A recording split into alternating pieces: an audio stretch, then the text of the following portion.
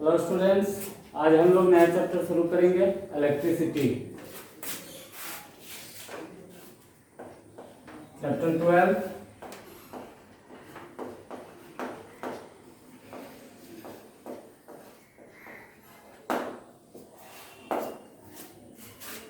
Electricity में हम लोग देखेंगे सिर्फ चार्ज के बारे में, इलेक्ट्रिक चार्ज के बारे में। आप लोग जानते हैं इलेक्ट्रिक चार्ज वह गुण होता है किसी भी मैटर का जो हमेशा मास के साथ एसोसिएटेड होता है। कोई भी एटम बना हुआ है इलेक्ट्रॉन, प्रोटॉन और न्यूट्रॉन से। इलेक्ट्रॉन पर नेगेटिव चार्ज, प्रोटॉन पर पॉजिटिव चार्ज, न्यूट्रॉन न्यूट्रल होता है।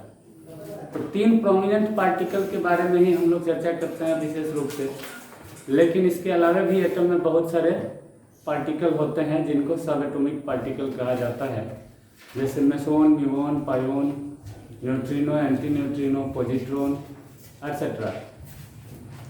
तो तीन जो प्रोमिनेंट पार्टिकल हैं जिनका लाइफ स्पैन लंबा है उनके बारे में ही हम लोग चर्चा करते हैं। और इलेक्ट्रिसिटी को हम उस चार्ज के टर्म में ही डिफाइन करेंगे।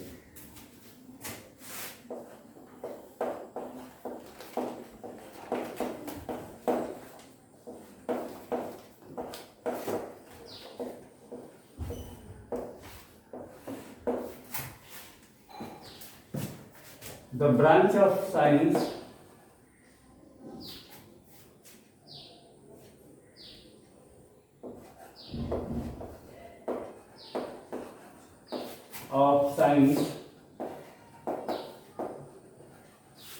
especially physics, in which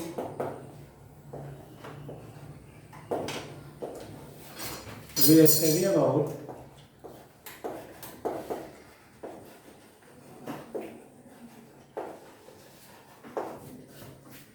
electric charge and its behavior,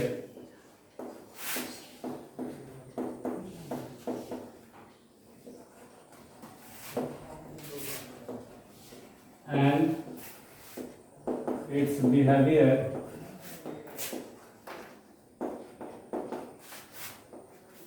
is called electricity.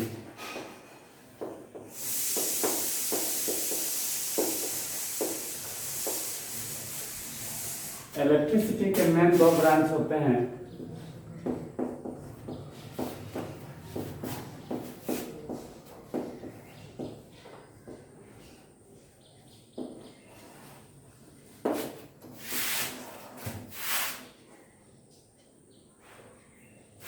Electrostatics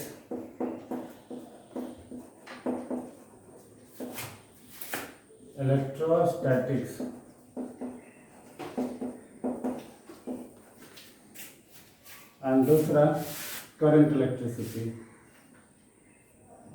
और इलेक्ट्रोडायनामिक्स।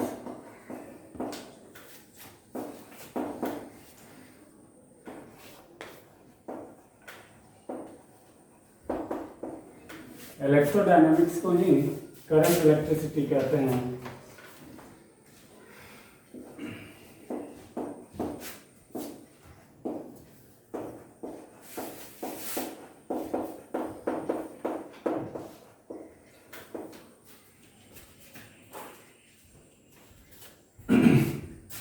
इलेक्ट्रोस्टैटिक्स में हम लोग पढ़ते हैं इलेक्ट्रिक चार्जेज एट रेस्ट। जब रुके हुए चार्ज के बारे में स्टडी करते हैं जब रुके हुए चार्ज के बारे में स्टडी करते हैं वो हो गया इलेक्ट्रोस्टैटिक्स, और मूविंग चार्ज के बारे में जब स्टडी करते हैं वो हो गया इलेक्ट्रोडायनामिक्स या करंट इलेक्ट्रिसिटी। यानी करंट जहाँ कहीं भी हो, वाटर करंट हम लोग सुनते हैं, एयर करंट सुनते हैं, एयर करंट है यानी विंड है। करंट का मतलब ही होता है मोशन में। जब मोशन में होगा पानी तो उसको वाटर करंट कहेंगे, जब मोशन में होगा हवा तो एयर करंट कहेंगे, जब मोशन में होगा इलेक्ट्रिक चार्ज तो उसको इलेक्ट्रिक करंट कहेंगे।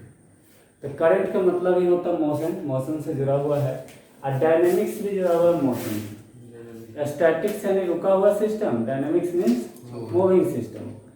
तो इलेक्ट्रोडायनेमिक्स यानी electric charges in motion.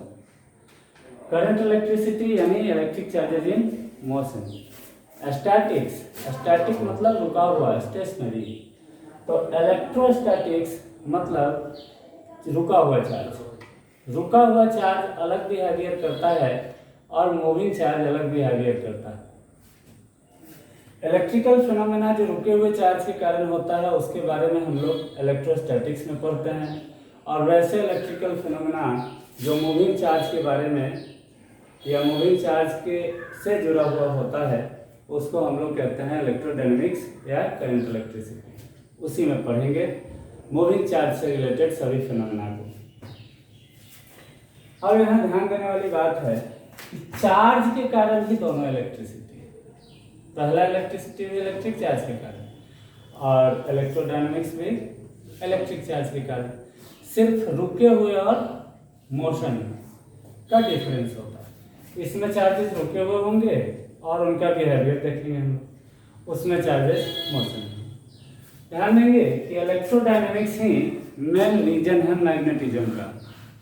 Magnetic property develop होता है किसी भी मटेरियल में, वह इसकी वजह से होता है। यानी इलेक्ट्रिसिटी मैग्नेटिज्म से भी जुड़ा हुआ है। Electricity is deeply related with magnetism. Moving charge के कारण ही मैग्नेटिज्म आता है। आप देखे होंगे कि लोहा है, लोहा का, निकल का, कोबाल्ट का, ये मैग्नेटिक मटेरियल है, इनसे मैग्नेट बनाया जाता है। तो आप कहिएगा उसमें कहाँ है इलेक्ट्रिक चार्ज मोशन में? तो एक्चुअली एटम के अंदर चार्ज हमेशा मोशन में ही होते हैं, चाहे वह इलेक्ट्रॉन हो या प्रोटॉन हो, वो मोशन में ही होता है। आप सुने होइएगा कि न्यूक्लियस के चारों तरफ इलेक्ट्रॉन हमेशा चक्कर मार रहा होता है। इलेक्ट्रॉन चक्कर मार रहा है यानी इलेक्ट्रॉन मोशन में है। इलेक्ट्रॉन मोशन में है तो उसके कारण एक करंट जनरेट होगा, उस करंट के कारण ही मैग्नेटिक प्रॉपर्टी आती है। आपका दूसरा सवाल हो सकता है कि सभी एटम में इलेक्ट्रॉन है, प्रोटॉन है, न्यूट्रॉन है, सभी एटम में, तो सभी एटम में मैग्नेटिक प्रॉपर्टी होना चाहिए, ये एक सवाल बनता है। तो सभी एटम में मैग्नेटिक प्रॉपर्टी होता नहीं है। कुछ ही मटेरियल जो मैग्नेटिक होते हैं उन्हीं में मैग्नेटिक प्रॉपर्टी होता है, बाकी में मैग्नेटिक प्रॉपर्टी नहीं होती। जबकि मूविंग चार्ज तो सभी एटम में है, तो यहाँ कंट्राडिक्शन। अब ध्यान दीजिएगा कि इलेक्ट्रॉन जब आगे क्लास में आप पढ़ेंगे तो इलेक्ट्रॉन का होता है दो तरह का मोशन, एक क्लॉकवाइज और दूसरा एंटी क्लॉकवाइज। अगर क्लॉकवाइज और एंटी क्लॉकवाइज दोनों इक्वल अमाउंट में है तो उस कंडीशन में मैग्नेटिक प्रॉपर्टी कैंसिल हो जाएगा। एक क्लॉकवाइज वाला मोशन के कारण मैग्नेटिक प्रॉपर्टी, दूसरा एंटी क्लॉकवाइज वाले के कारण मैग्नेटिक प्रॉपर्टी, दोनों कैंसिल कर देगा एक दूसरे को। इसलिए सभी एटम में या सभी मटेरियल में मैग्नेटिक प्रॉपर्टी नहीं होती। प्लस इसके अलावा मैग्नेटिक क्वांटम नंबर भी हम लोग डिफाइन करते हैं जो मैग्नेटिक प्रॉपर्टी के लिए रिस्पॉन्सिबल होता है। इन सभी के बारे में डीपली हम लोगों को पढ़ना है हायर क्लासेज में। यहाँ सिर्फ आपको नॉलेज के लिए, जानकारी के लिए आपको इतना बता दिया। नेक्स्ट हम लोग इलेक्ट्रोस्टैटिक्स को डिफाइन करेंगे। Electrostatics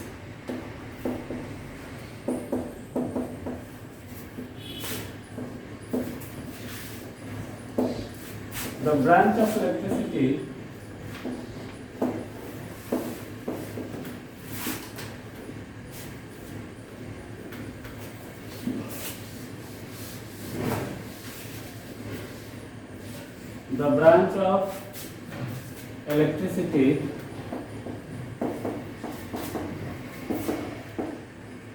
in which we study about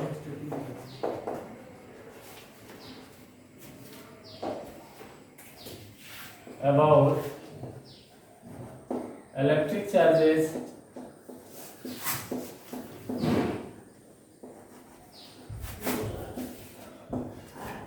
at rest is called electrostatics या static electricity।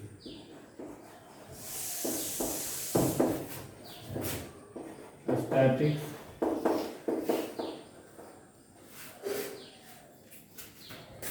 इलेक्ट्रोडायनेमिक्स और current electricity.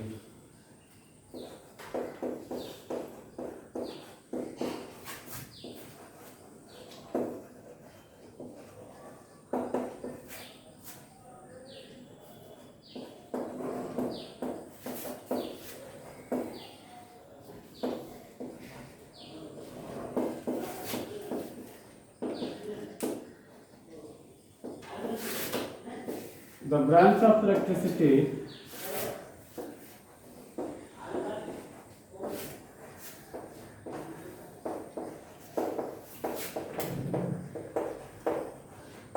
in which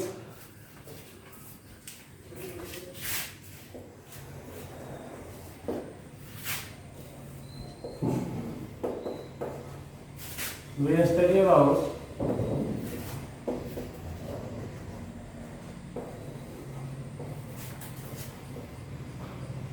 electric charges in motion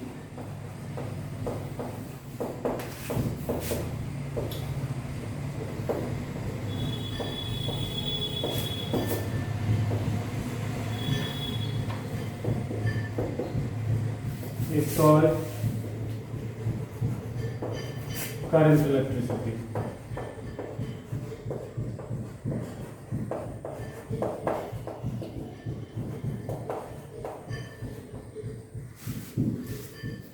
इसको करंट इलेक्ट्रिसिटी कहते हैं। नेक्स्ट हम लोग देखते हैं electric charge.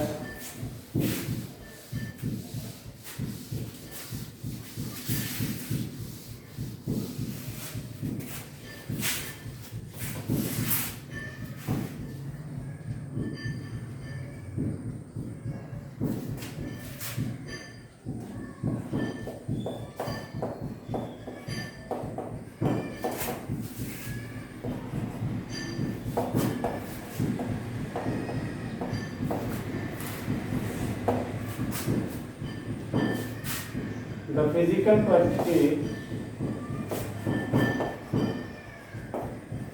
physical quantity which impart मैंने देना, impart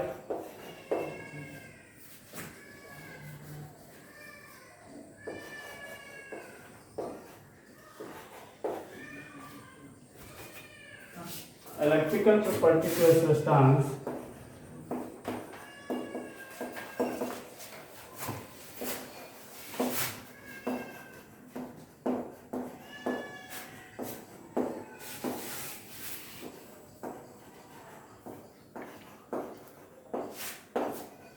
is called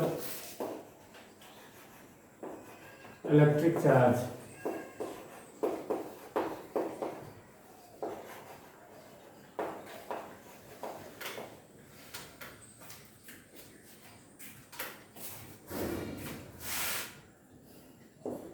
It is denoted by Q.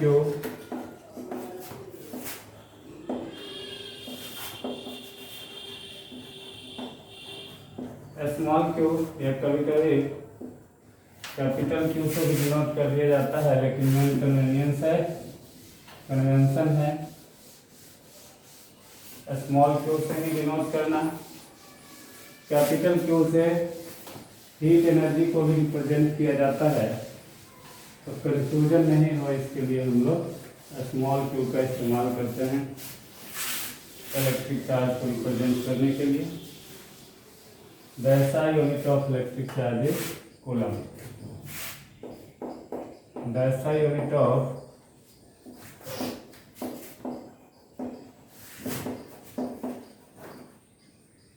electric charge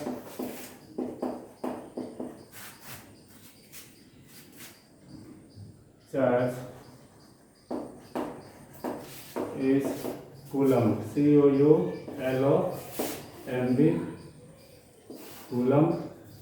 इसको शॉर्ट में लिखते हैं कैपिटल क्यू से, कैपिटल सी से, और जब पूरा नाम लिखते हैं तो स्मॉल सी से। कोई भी यूनिट जो साइंटिस्ट के नाम से होता है, जैसे फोर्स का यूनिट न्यूटन जानते हैं आप लोग, तो जब न्यूटन को पूरा लिखेंगे तो स्मॉल एन से लिखते हैं, स्मॉल एन से न्यूटन लिखा जाएगा, इसका मतलब होगा यह यूनिट है फोर्स का। अगर कैपिटल एन से न्यूटन लिखा जाएगा तो नाम है साइंटिस्ट का। तो कोई भी यूनिट जो साइंटिस्ट के नाम से है उसका पहला लेटर स्मॉल ही होगा, कैपिटल नहीं होगा। कैपिटल का मतलब उस साइंटिस्ट का नाम हो जाएगा, स्मॉल से शुरू करेंगे इसका मतलब हो गया यूनिट है। ये कूलम साइंटिस्ट के नाम से है। कूलम साहब ने इलेक्ट्रिसिटी में लॉ दिया था, कूलम्स लॉ ऑफ इलेक्ट्रिसिटी, यानी किस प्रकार इलेक्ट्रिक फोर्स चार्ज के ऊपर लगते हैं उसको रिप्रेजेंट करता है कूलम्स लॉ। तो कूलम्स के नाम के ऑनर में इलेक्ट्रिक चार्ज का यूनिट भी रख दिया गया कूलम, और ये कैपिटल सी से रिप्रेजेंट किया जाता है। It is a scalar quantity. Electric charge एक स्केलर क्वांटिटी है। It is a scalar quantity. Scalar quantity है, यानी इसमें डायरेक्शन की आवश्यकता नहीं होती है, सिर्फ मैग्नीट्यूड के द्वारा हम लोग इसको रिप्रेजेंट कर सकते हैं। इलेक्ट्रिक चार्ज होते हैं दो तरह के। इलेक्ट्रिक चार्ज दो तरह के, negative charge and positive charge. Negative charge, positive charge.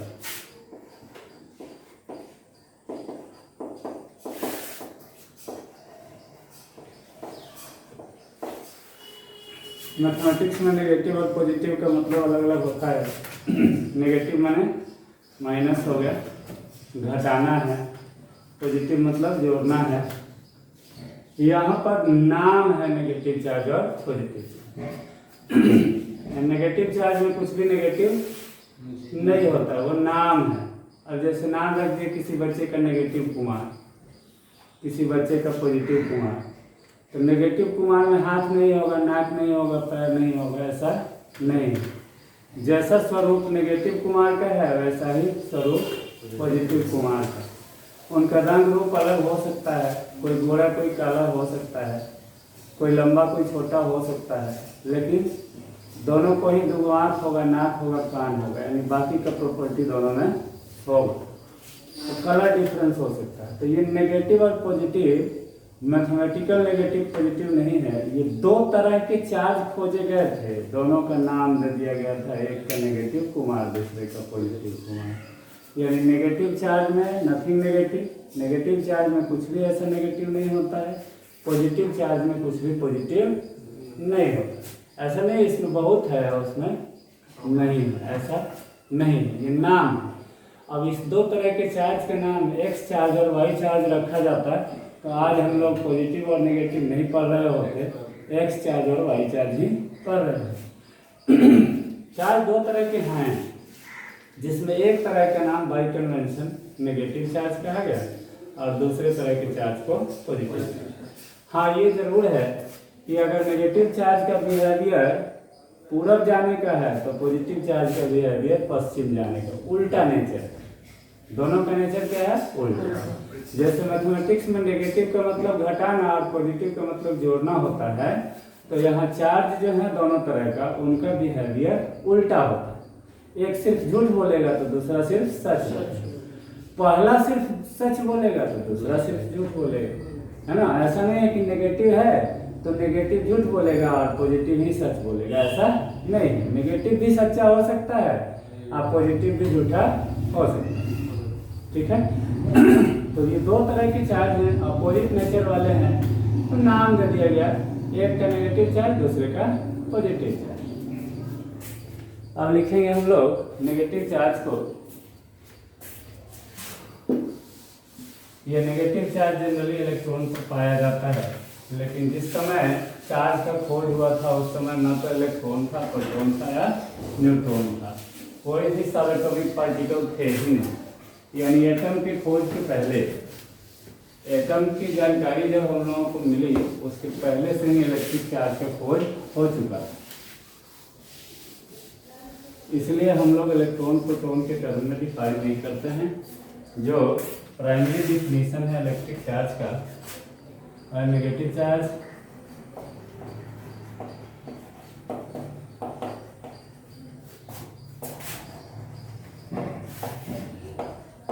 The charge developed on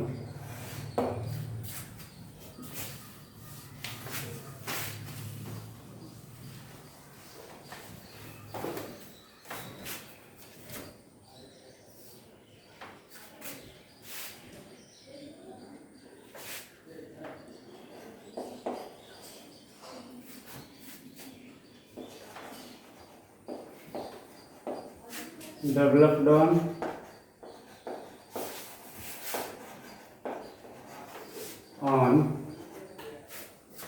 ebonitrile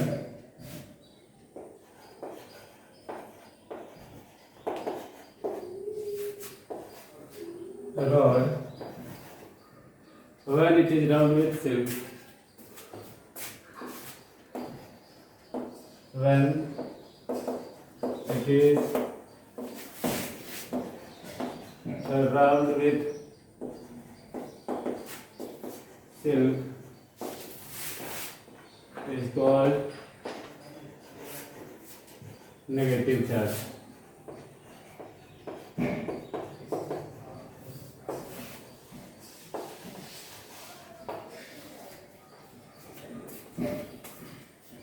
और दूसरा डिफिनेशन दे सकते हैं, the charge on electron is called the charge on electron is called negative charge.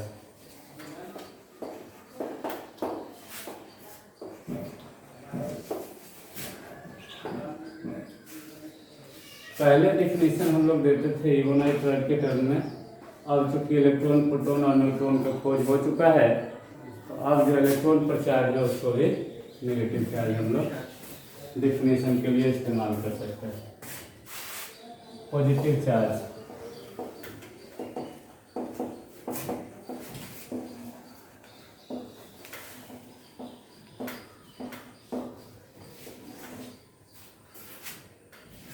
The charge developed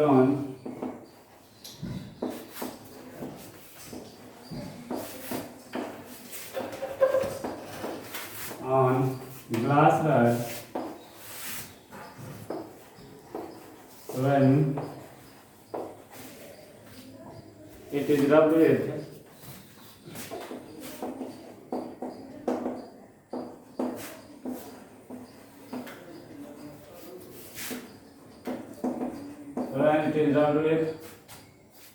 cat skin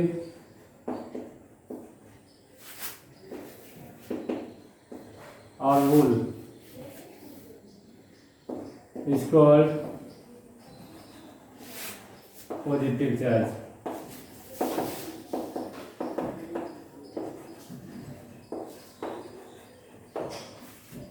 और the charge on proton is called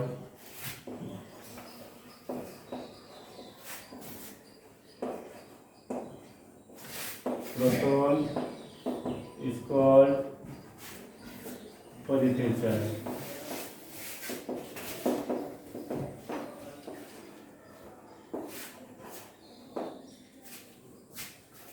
The charge developed on glass rod when it is rubbed with cat skin or wool is called positive charge, और the charge on proton is called positive charge.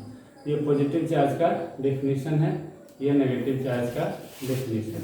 ये primary definition है जो पहले दिया गया था, ये भी प्राइमरी डेफिनेशन है। अब हम इससे भी लिख सकते हैं क्योंकि इलेक्ट्रॉन प्रोटॉन और न्यूट्रॉन का खोज हो चुका है। ठीक है, नेक्स्ट हम लोग देखेंगे कि ये रब्ड विथ से क्या मतलब। जब एक ऑब्जेक्ट को दूसरे पर रगड़ते हैं तो क्या होता है कि उस पर चार्ज डेवलप हो जाता है। इसको समझ लीजिए, कोई भी एटम है तो एटम में क्या है, इलेक्ट्रॉन, प्रोटॉन और न्यूट्रॉन। एटम में इलेक्ट्रॉन है, प्रोटॉन है और न्यूट्रॉन। ये एटम का न्यूक्लियस है, इसमें न्यूट्रॉन है, प्रोटॉन है, और बाहर में कौन होता है, इलेक्ट्रॉन। ठीक है, एक केस कंसीडर करिए, चाकू को या एक लोहे के रॉड को कद्दू के ऊपर हम रगड़ते हैं तो लोहा टूटकर कद्दू में चिपक जाएगा? नहीं। लोहा को के रॉड को कद्दू पर हम रगड़ेंगे तो लोहा टूटकर कद्दू में नहीं लगेगा? नहीं। अब कद्दू का कुछ टुकड़ा जो है निकल के रॉड में लग सकता है, ऐसा क्यों? क्योंकि कद्दू कमजोर है, कद्दू मुलायम है, लोहा वेरी हार्ड है, तो लोहा के घिसने की संभावना कम है, कद्दू के घिसने की संभावना ज़्यादा है। उसी तरह से इस ब्रह्मांड में जितने भी मटेरियल हैं उसमें सबके घिसने की संभावना अलग अलग है। सबका जो फोर्स है, जो हार्डनेस है, वो अलग अलग है। सबका मेल्टिंग पॉइंट, बॉइलिंग पॉइंट अलग अलग होता है। तो जब हम एक ऑब्जेक्ट को दूसरे पर रगड़ते हैं तो जिस ऑब्जेक्ट के इलेक्ट्रॉन लूजली पैक्ड होंगे, यानी बहुत अच्छी तरह से अटैच्ड नहीं होंगे, उसके इलेक्ट्रॉन इससे घिस कर, इलेक्ट्रॉन ही बाहर में है ना, जैसे कुत्ता आपको काटेगा मान लिया तो क्या होगा, वो हड्डी तो नहीं निकाल लेगा ना, पहले तो चमड़ा जो आउटर फेस है उसी के पार्ट को वो निकालेगा ना, है ना, पकड़ के खींचेगा। तो यहाँ एटम में भी न्यूट्रॉन और प्रोटॉन कहाँ, न्यूक्लियस में है, हड्डी की तरह, और इलेक्ट्रॉन बाहर रिवॉल्व कर रहे होते हैं स्क्रीन की तरह। तो जब दो चीज को रगड़िएगा तो पहले तो इलेक्ट्रॉन ही कांटेक्ट में आएंगे ना, ठीक है। तो जब कभी दो ऑब्जेक्ट को रगड़ा जाता है तो इलेक्ट्रॉन का ट्रांसफर होगा, कमजोर वाले से निकल के मजबूत वाले में घुस जाएगा। तो कमजोर वाले से निकलेगा इलेक्ट्रॉन और मजबूत वाले में घुसेगा, जैसे कद्दू और लोहे का केस है। यहाँ भी जब दो ऑब्जेक्ट, सारा ऑब्जेक्ट बना हुआ है किससे, एटम से ही बना हुआ है। जितना भी ऑब्जेक्ट है, जितना भी मटेरियल है, all are made up of atom, वो सभी बना हुआ है एटम से। अब इस एटम को हम दूसरे एटॉमिक ऑब्जेक्ट के साथ रगड़ेंगे तो जो मजबूत होगा, जिसको इलेक्ट्रॉन खींचने का कैपेसिटी ज़्यादा होगा, वो इलेक्ट्रॉन खींच लेगा, और जिसका कैपेसिटी कम होगा वो लूज कर देगा, ठीक है। अब यहाँ ध्यान दीजिए कि किसी भी एटम में जितने प्रोटॉन होते हैं उतना ही इलेक्ट्रॉन होता है, यानी प्रोटॉन अगर 5 हैं तो इलेक्ट्रॉन भी 5 ही होते हैं, यानी 5 पॉजिटिव चार्ज तो 5 नेगेटिव चार्ज, 5 ही क्या हो गया, नेगेटिव चार्ज, 5 पॉजिटिव और 5 नेगेटिव, ये दोनों क्या हो गया, कैंसिल। तो क्या हो गया, न्यूट्रल। दोनों का नेचर उल्टा है, हम लोग डिस्कस किए हैं कि पॉजिटिव चार्ज का जो नेचर है उसके उल्टा नेचर नेगेटिव चार्ज का है। तो दोनों का नेचर उल्टा है, इसलिए एक दूसरे को कैंसिल करें। अब जब हम रगड़ते हैं दो ऑब्जेक्ट को तो क्या होगा, इलेक्ट्रॉन का हेरा फेरी हो जाएगा, प्रोटॉन तो उतना ही रह जाएगा लेकिन इलेक्ट्रॉन का हेरा फेरी। अब इस एटम को रगड़ने के बाद इसके इलेक्ट्रॉन क्या हो गया, मान लिया कि -4 हो गया, तो इस एटम पर क्या इफेक्ट होगा, नेट चार्ज इस पर हो जाएगा +1। Now this atom becomes positively charge. यह एटम पहले न्यूट्रल था, क्योंकि जितने इलेक्ट्रॉन थे उतना ही प्रोटॉन था। रगड़ने के बाद जैसे ही इलेक्ट्रॉन का हेरा फेरी हुआ तो क्या हो गया, चार्ज डेवलप हुआ, पॉजिटिव चार्ज। अब इसमें पॉजिटिव चार्ज आया तो कोई जिसको रगड़े थे इसके ऊपर, उसमें तो इलेक्ट्रॉन गया है, तो उसमें इलेक्ट्रॉन का संख्या 1 बढ़ जाएगा और वो हो जाएगा -1 चार्ज, ठीक है। तो जब भी दो ऑब्जेक्ट को रगड़ते हैं और उस पर चार्ज डेवलप होता है यदि, तो क्या होगा, एक बन जाएगा पॉजिटिवली चार्ज और दूसरा बन जाएगा नेगेटिवली चार्ज। जिससे इलेक्ट्रॉन निकलेगा वो बनेगा पॉजिटिवली चार्ज, और जिसमें इलेक्ट्रॉन घुसेगा वो बनेगा नेगेटिवली चार्ज, ठीक है। तो जब भी दो ऑब्जेक्ट को रगड़ेंगे, हम लोग डिफिनेशन देखे हैं नेगेटिव चार्ज का, कि जब इबोनाइट रॉड को सिल्क क्लॉथ से रगड़े तो इबोनाइट पर जो चार्ज हुआ वह क्या हुआ, नेगेटिव चार्ज। यानी इबोनाइट इलेक्ट्रॉन को लिया है कि नहीं लिया है, इबोनाइट इलेक्ट्रॉन को लिया है। यानी इबोनाइट जब इलेक्ट्रॉन को लिया तो सिल्क ने इलेक्ट्रॉन दिया, सिल्क ने इलेक्ट्रॉन दिया, तो जैसे ही इबोनाइट नेगेटिवली चार्ज होगा, at the same time simultaneously silk becomes positively charge. Silk क्या हो जाएगा, पॉजिटिवली चार्ज। उसी तरह से पॉजिटिव चार्ज के डिफिनीशन में हम लोगों ने लिया कि when glass rod is rubbed with wool और कैट स्किन, जब वूल से रगड़े या कैट स्किन से रगड़े तो glass rod becomes positively charge. यानी ग्लास रॉड का इलेक्ट्रॉन निकल गया और कैट स्किन में घुस गया, तो cat skin becomes negatively charge, but glass rod becomes positively charge. तो जहां कहीं भी चार्ज डेवलप होता है तो साइमल्टेनियस घटना है, एक अगर नेगेटिवली चार्ज बनेगा तो दूसरा डेफिनेटली पॉजिटिवली चार्ज बनेगा ही बनेगा। ठीक है, तो इस प्रकार हमने देखा कि रगड़ने से चार्जिंग क्यों होती है। आप ठंडी के दिन में देखिएगा, ड्राई एयर रहता है, सूखा हुआ एयर रहता है, स्वेटर निकालते हैं शरीर से तो चट चट की आवाज आती है। कंबल में, स्वेटर में चट चट किया, वो इलेक्ट्रिक चार्ज की वजह से होता है। अंधेरे कमरे में अगर झाड़िएगा कंबल को या स्वेटर को तो स्पार्क भी दिखाई दे सकता है, इलेक्ट्रिक स्पार्क, लाइट का चिंगारी निकलता हुआ आपको दिखाई दे सकता है। लंबे समय तक अगर प्लास्टिक के कुर्सी पर आप बैठे हैं तो हाथ के बाल को खींचने लगता है, वह क्या है, इलेक्ट्रिकल घटना है, इलेक्ट्रिकल फेनोमेना है। कोई कोई शर्ट जो आपका होगा उसमें भी चटचटाहट की आवाज आएगी, जो पॉलिस्टर का है अगर, या अलग अलग मटेरियल में यह नेचर पाया जाता है, यह इलेक्ट्रिकल फिनोमेना है, इलेक्ट्रिकल घटना है। ठीक है, तो इलेक्ट्रिक चार्ज दो तरह का, पॉजिटिव चार्ज और नेगेटिव चार्ज। चार्जिंग क्यों होता है, कैसे होता है, शायद आप लोग इसको समझ गए होंगे। Any doubt?